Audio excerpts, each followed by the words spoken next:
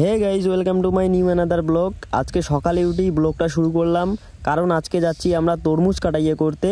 তরমুজ কাটাইয়ে জিনিসটা কি তোমরা ভিডিওটা শেষ পর্যন্ত দেখলেই বুঝতে পারবা যে তরমুজ কাটাইয়ে জিনিসটা কি।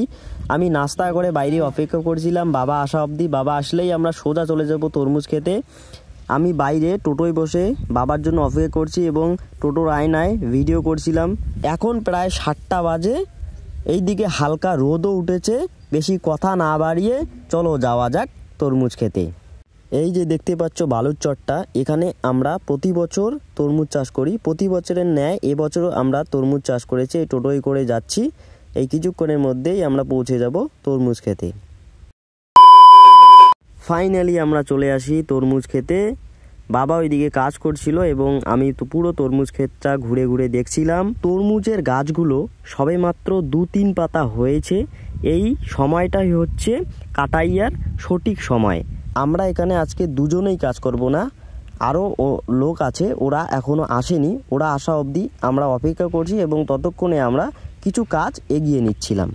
এবং তার কিছুক্ষণের মধ্যেই ওরা চলে আসে এবং ওদের খাবারের ব্যবস্থা করার জন্য আমাকে বাজারে যেতে হবে এখন। তারপর দেরি না করে টোটো নিয়ে সোজা চলে যাই বাজারে।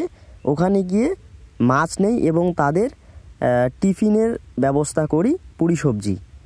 তারপর মাছ নিয়ে বাড়িতে যাই, বাড়িতে মাছগুলো দিয়ে আবার চলে আসি আমি তরমুজ খেতে।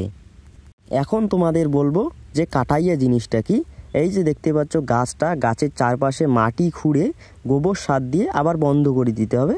এটাই হচ্ছে কাটাইয়া, যাতে পরবর্তীতে গাছটা খাবার সংগ্রহ করতে পারে এবং মারা না যায়। তার জন্য চারপাশে খুঁড়ে গোবর সার দিয়ে আবার বন্ধ করে দিতে হবে।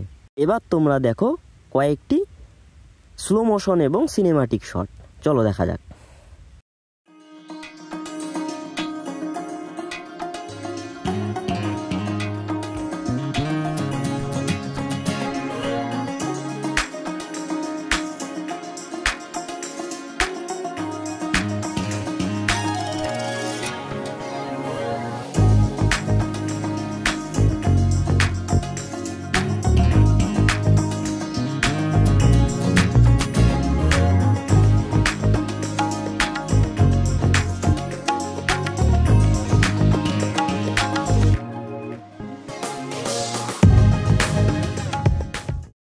কাজ করতে করতে সবাই প্রায় হাঁপিয়ে গেছে এবং বসে বসে একটু দম নিচ্ছিল আর বিভিন্ন গল্প করছিল।